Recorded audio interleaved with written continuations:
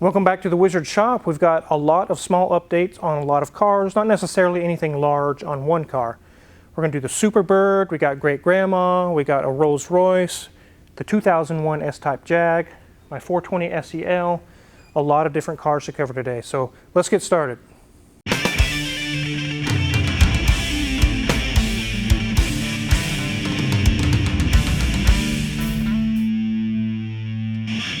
So before we get started with that, we actually had a fan ask us to give us a gift. It was a laser engraving on wood. It was done by Thor Korgard. I'm really appreciative of it. It is very cool. Let me show you guys what it looks like. Here's the old logo.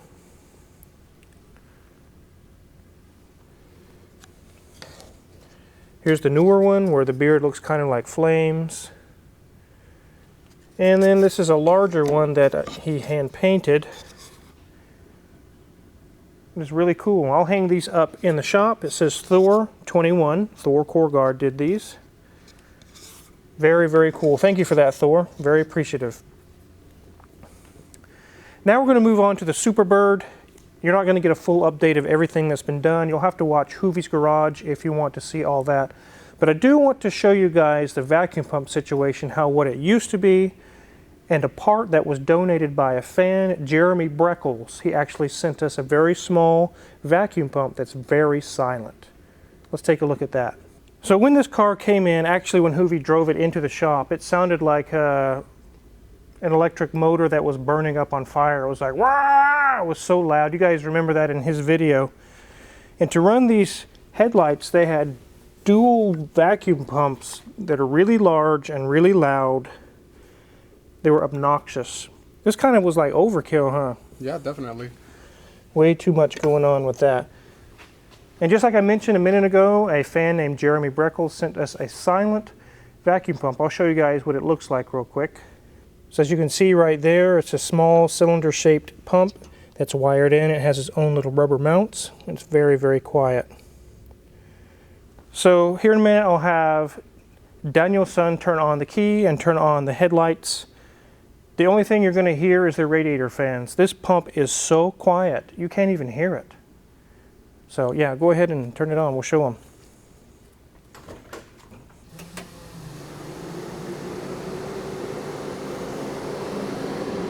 You can barely hear it. And there's our headlights working.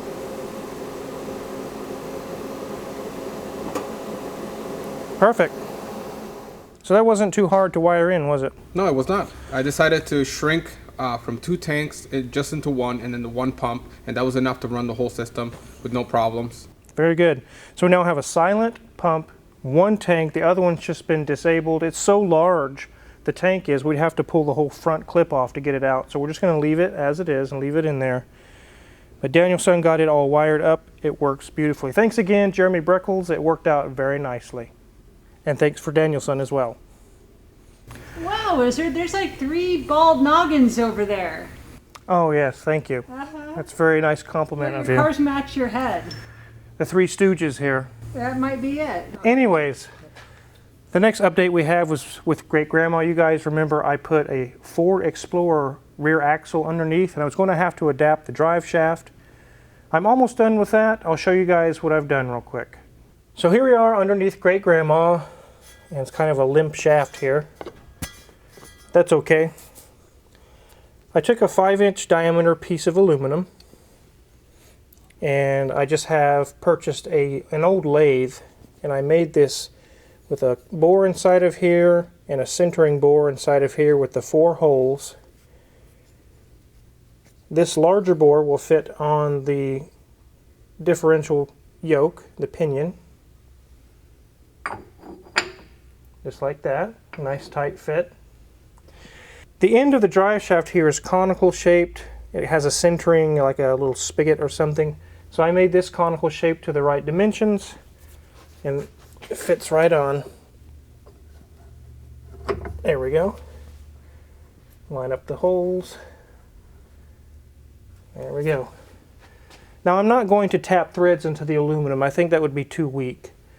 But I will run all the way through to the flange and drill new holes and tap threads into those holes. And I'll have 4 long bolts This just acts as a spacer and also helps center the drive shaft exactly to the center of the yoke. It's basically a centering, I guess you'd call it a concentric adapter.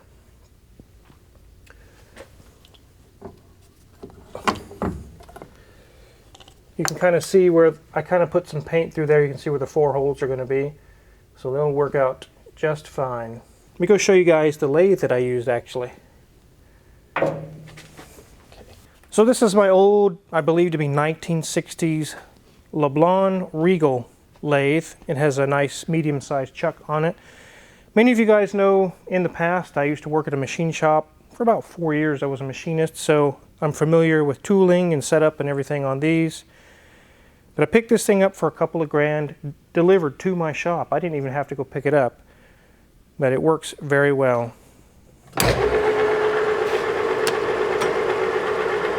Got power feed, both this way and also that way, right here.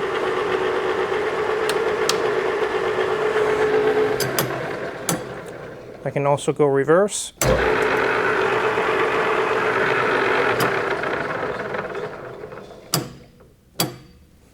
And it's got all different speeds you can select here. So I've always wanted one of these in the shop. I've had bolts or, like you saw, adapters or different things. It's like if I only had a lathe, I wouldn't have to pay a machine shop to do this. And now I have one. It works very, very well. It'll save a lot of time where, like, if this bolt was just 10 thousandths smaller, it would work. Or if this or that, I can just throw it on the lathe, get it done, and we can get the job done.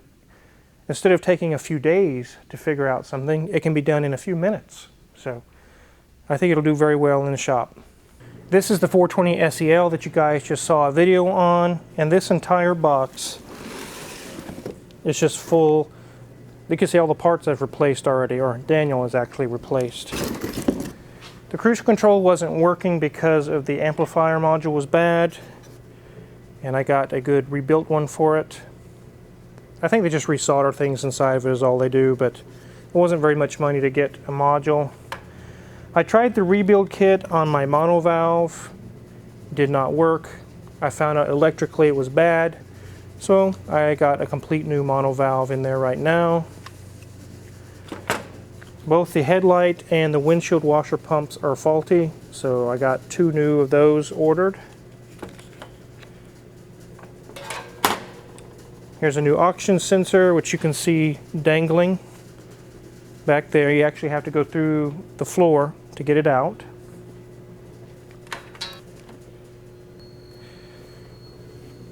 Shifter bushings. You guys know who have Mercedes-Benz, the older Mercedes, the shifter bushings, the linkage bushings are always shot.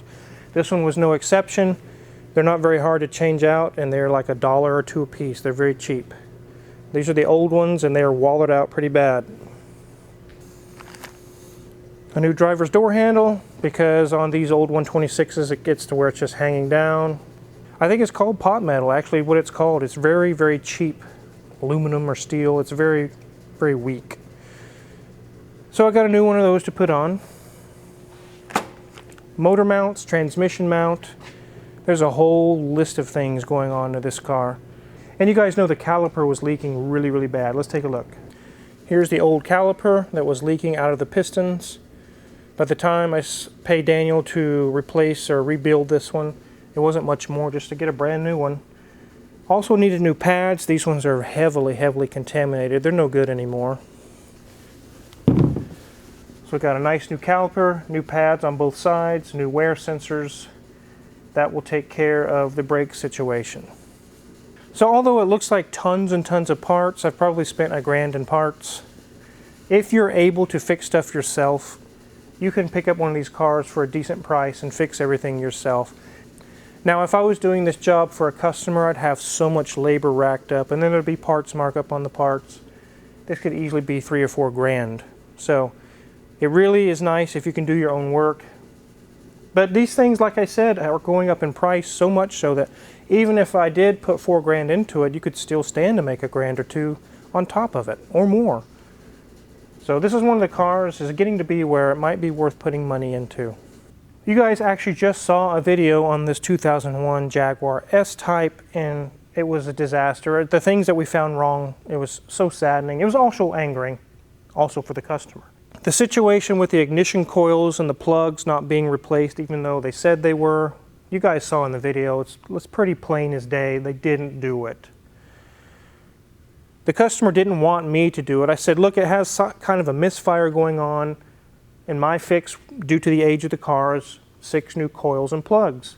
But you say it's already been done by the previous shop, but I know that it's not. I'm still saying it needs 6 coils and 6 plugs. He said he wants to revisit that with the previous shop. He told me, he said, Car Wizard, please don't do anything with that. I said, okay, I won't do anything with those. We did do the motor mounts and the transmission mount, and the engine is so much smoother now, but it still has the slight misfire, and that will have to be addressed with the previous shop. I've been told that I shouldn't go any further with that. So, on the steering, where the steering wheel was kind of crooked, that's fixed. You guys saw the ball joint was literally about to come apart. We got a nut on there and torqued it to the proper torque specs, and the steering's straight now. It's tight like it should be. That makes sense. As loose as you guys saw it was, your steering's going to be all over the place. So that's been taken care of, and it's safe now. Being that he's had alignments done on it already after we got it tightened, it was actually very close. It's so close that I'm going to say he could leave it as is. If he wants to get it dialed in exactly perfect, now he could go back and get an alignment and get it dialed in perfect. But it's very, very close as it is. And then on the oil smell, you guys remember that the shutter valve on the intake was just leaking through some O-rings onto the exhaust. We got new O-rings put on, cleaned up the oil. The oil smell is gone. So other than the ignition coil spark plug issue that I can't really do anything about right now, we solved all the other issues. And we were able to do this for $1,200 or $1,300. It really, the price wasn't so much to get this solved. It's just sad that it's set for 5-6 months at another shop. It just needed a nut tightened up on the suspension, an O-ring, some motor mounts, transmission mount. I don't know.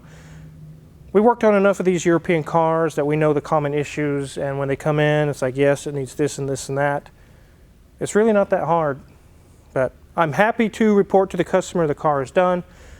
It's ready to be picked up. We got all the stuff solved that we were allowed to do with approval from the customer. So here we have the 95 Rolls Royce you guys have seen in the shop before. It actually has 150,000 miles on it, a lot of miles.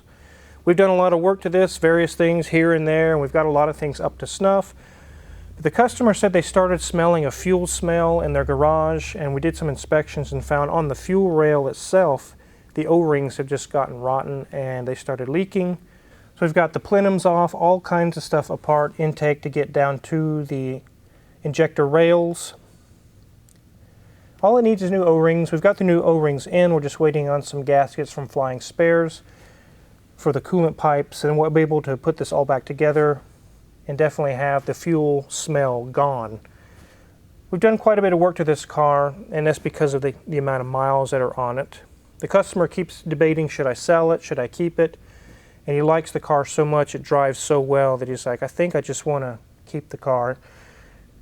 I don't blame him. It drives like a new car. You wouldn't think it has the miles that it does on it. But unfortunately, because of those miles, there's a lot of systems on here that are all kind of on the tipping point. We've addressed several of them already, but we didn't address all of them.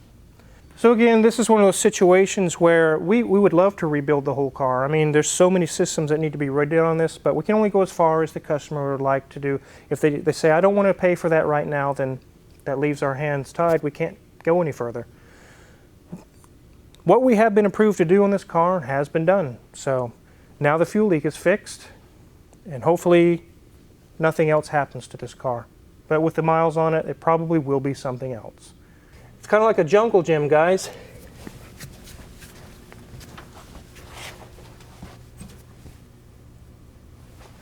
It's been a long time since our kids were that small. Yeah, it's been a long time. So this thing's waiting on parts. They've all been ordered. Over $5,000 in parts. We haven't even charged labor yet. $5,000 just for parts. If you want to keep up on what's going on with this car, again, watch Hoovie's Garage. He's already covered that the engine came out. We're doing a major service on it. But there's going to be more updates on that. Check his channel for those. If you're curious what kind of tools we use to work on these cars that I just showed you, check my Amazon affiliates link in the description below. We get a small cut and we really appreciate it. And make sure to hit the subscribe button because there's so many more cool videos to come. Thanks for watching. Ah! I'm not 20 years old anymore. You got caught by a brake line. Yep.